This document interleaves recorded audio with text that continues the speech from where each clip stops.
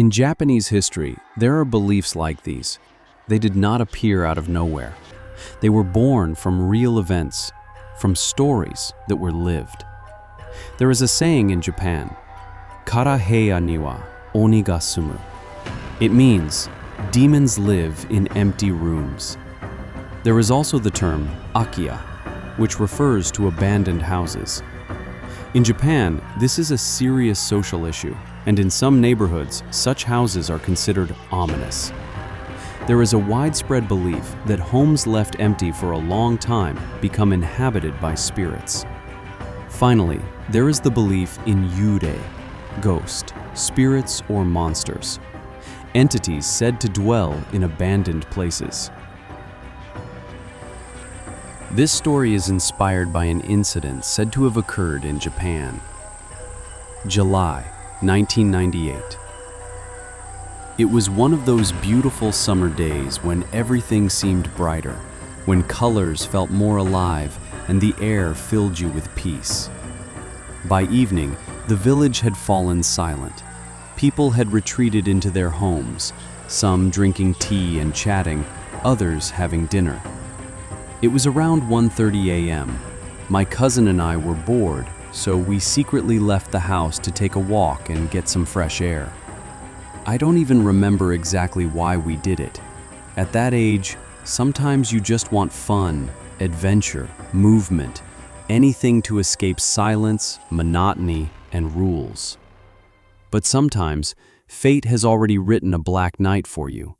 You think you're heading toward something good, when in reality, disaster is slowly walking toward you. There were no lights that night. The street lamps were broken and still waiting to be repaired. So we decided to walk toward the forest so the villagers wouldn't see us and tell our families. We must have walked 2 or 3 kilometers. The road was dirt and mud, and despite it being July, the air felt strangely gloomy. And then it started to rain. Not slowly, not gently, suddenly, violently. A heavy downpour, as if the sky itself was taking revenge. The rain was so intense that we couldn't run, and we couldn't go back. If we returned home like that, the whole village would wake up. Our families would be furious. We'd be forbidden from going out again. Mud, water, noise, everything would give us away. So we threw ourselves under a tree. We were getting soaked, but we had no other choice.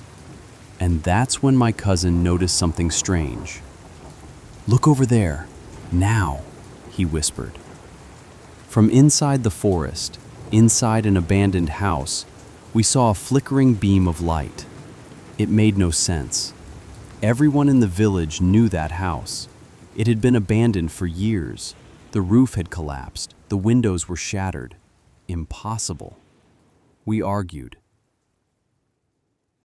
I insisted we could shelter there from the rain. He said the house was a ruin, that no one could possibly be inside. But the rain left us desperate, and despite our fear, we were curious. We walked for about 5 minutes. As we got closer, I felt a strange pressure in my chest. It kept growing. It felt like someone was staring straight at us, but every time I turned around, there was only darkness. The door wasn't closed. It was slightly open, almost as if it had been left that way for us.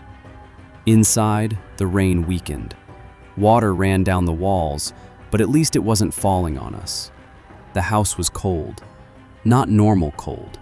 It felt like standing inside a butcher's freezer at -18 degrees Celsius. Even our bones felt frozen. That's when my cousin whispered nervously, "I heard a sound." "Don't be ridiculous," I said. "There's no one here." But 10 or 15 seconds later, I heard it too. It wasn't a baby crying. It was a woman, but not like a human woman. It sounded like someone with a torn throat, crying without remembering how to breathe. The sound, it was coming from the basement. We moved toward the stairs. With every step, the sound became clearer. We slowly opened the door, and at that exact moment, My cousin ran. He didn't scream. I didn't see him run. I didn't hear footsteps. He was just gone. I was suddenly alone in the darkness. Damn it, why did I do this? Curiosity was stronger than fear. I went inside. In the middle of the basement, there was a woman. She was crouched on the floor, crying. Her hair was stuck to her face. Her clothes were torn apart. Her face, it was distorted, unbalanced. Her eyes were not where they should have been. Her mouth was too low. She didn't look like a woman. She wasn't ugly, but she wasn't beautiful either. She looked like darkness itself. And then, she slowly moved her head.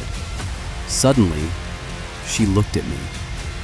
At that moment, pure terror surged through my body. I felt strength explode inside me. I ran like a bullet. My feet didn't feel the ground. I couldn't breathe, but I didn't get tired. I ran all the way home. By sheer luck, no one saw us. I collapsed onto my bed, shaking uncontrollably. But my cousin wasn't there. About 10 minutes later, I checked his room. He was sitting on the edge of the bed. His eyes were open. They barely blinked. His body was sweating, shaking. I called his name.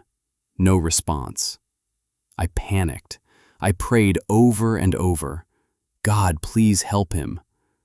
From that night on, my cousin never spoke again. He was like someone in a deep coma. Doctors couldn't diagnose anything. Psychologists couldn't explain it. But I knew.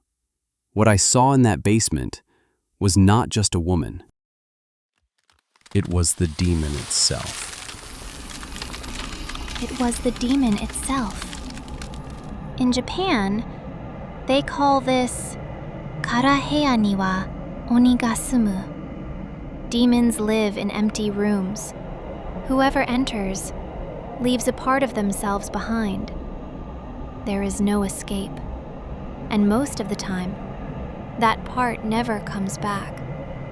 An empty room is never truly empty. Utsuro no ma is not a ghost. It is not a curse. It lives inside people who carry emptiness within themselves. And if one day you hear someone crying inside an empty room, do not open the door, because whatever is inside is no longer human.